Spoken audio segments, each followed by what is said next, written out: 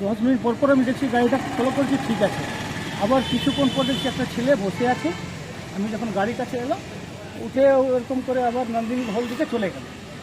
আবার 1 ঘন্টা পর ঘুরে এসে আবার দেখছি গাড়িটা 10 মিনিট আগে গাড়ি আছে, 10 মিনিট পরই গাড়ি যায়। বাড়ির সামনে থেকে উধাও স্কুটি, সিসিটিভিতে চোরের ছবি। রূপনারায়ণপুরে সক্রিয় হয়ে উঠেছে চোরের দল। শুক্রবার নিমেষের মধ্যে চুরি হয়ে গেল লাল রঙের একটি স্কুটি, যার number WP44A6446। Rupnarayanpur station road থেকে বিকেল বেলায় চুরি হয় সন্দীপ চৌহানের স্কুটি গাড়িটি। তবে সিসিটিভি ফুটেজের মধ্যে চোরের ছবি ধরা পড়ে। রূপনারায়ণপুর পুলিশ স্কুটি এবং সেই চোরের তল্লাশি শুরু করে।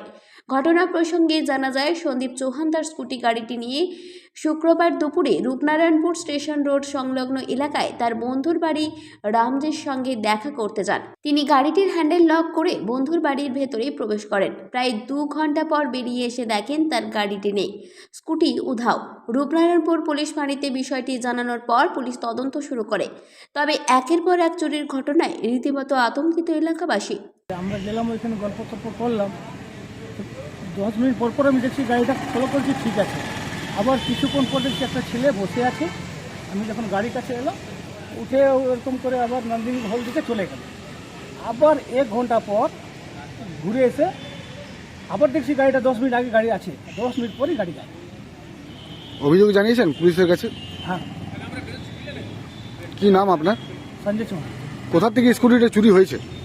রেলওয়ে রূপনারায়ণ।